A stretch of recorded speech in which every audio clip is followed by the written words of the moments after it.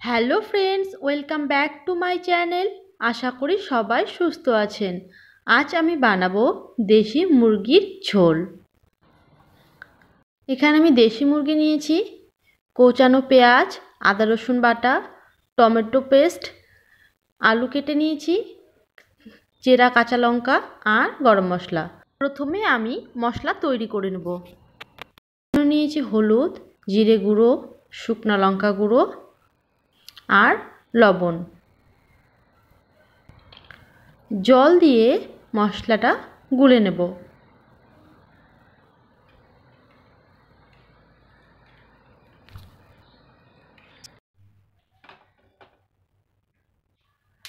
সর্ষে তেল দিয়ে দেব,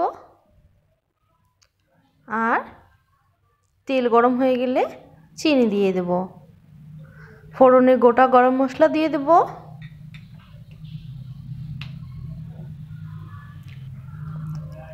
কুচানো পেঁয়াজ দেব,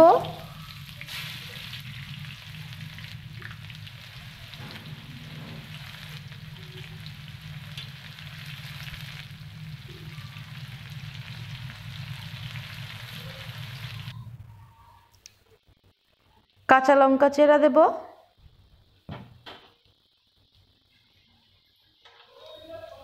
পেঁয়াজটা আমি ব্রাউন করে ভেজে নেব।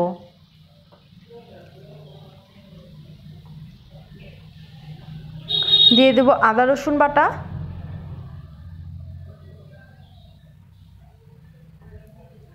কিছুক্ষণ নাড়ব যাতে আদা রসুনের কাঁচা গন্ধটা না থাকে। ফ্রেন্ডস, আমার এই রেসিপি ভালো লাগলে ভিডিওটাকে একটা লাইক করবেন আর বাড়িতে ট্রাই করে কমেন্টে জানাবেন কেমন হয়েছে। চ্যানেলটাকে সাবস্ক্রাইব করার জন্য অনুরোধ রইল। প্রথমে যেই মশলাটা তৈরি করেছিলাম সেটা দিয়ে দেব।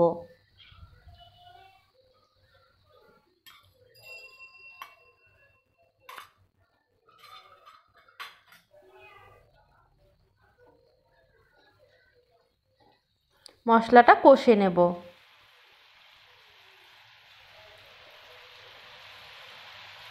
এবারে দিয়ে দেব টমেটো পেস্টটা।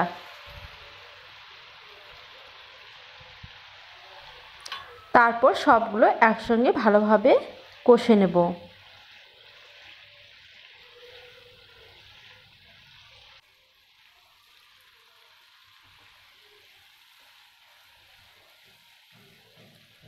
আমার মশলা কষানো হয়ে গেছে, মশলা থেকে তেল ছেড়ে দিয়েছে।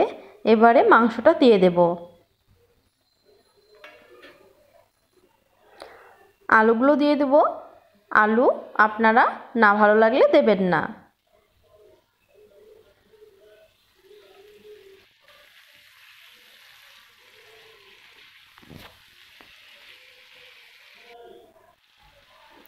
পাঁচ মিনিটের মতো কষে নেব।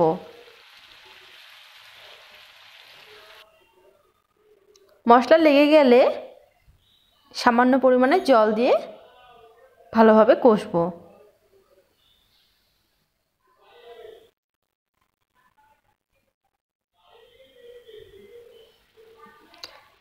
গ্যাসের আঁচ মিডিয়ামে রেখে ঢেকে দেব। 10 মিনিটের মতো ঢেকে রান্না করব, যাতে ভালোভাবে মাংস আর আলুটা সেদ্ধ হয়ে যায়। মাঝখানে একবার ঢাকনা তুলে উল্টে পাল্টে নেব। দেখুন ফ্রেন্ডস, আমি মাংস সেদ্ধর জন্য কোনো রকম জল ইউজ করিনি, তবুও কতটা জল বেরিয়ে গেছে মাংস থেকে।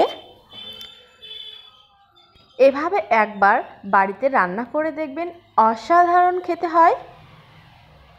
আর এই রান্না করতে বেশি ঝামেলাও লাগে না। মাঝখানে মাংস উল্টে পাল্টে নিয়ে আবারও ঢেকে দেব। আর গ্যাসের আঁচ অবশ্যই মিডিয়ামে রাখব। ফিরে এলাম 10 মিনিট পর।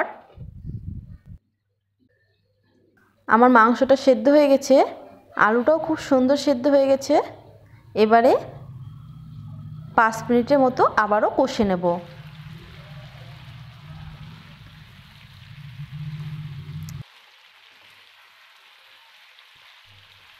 5 মিনিট কষানোর পর ঝোলের জন্য জল দিয়ে দেব।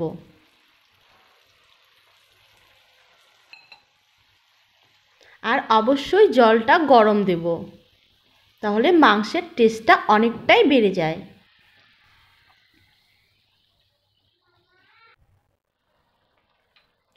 ঝোল ফুটে উঠলে দিয়ে দেব গরম মশলা গুঁড়ো। কিছুক্ষণ ফুটিয়ে নিলেই আমাদের দেশি মুরগির মাংসের ঝোল রেডি।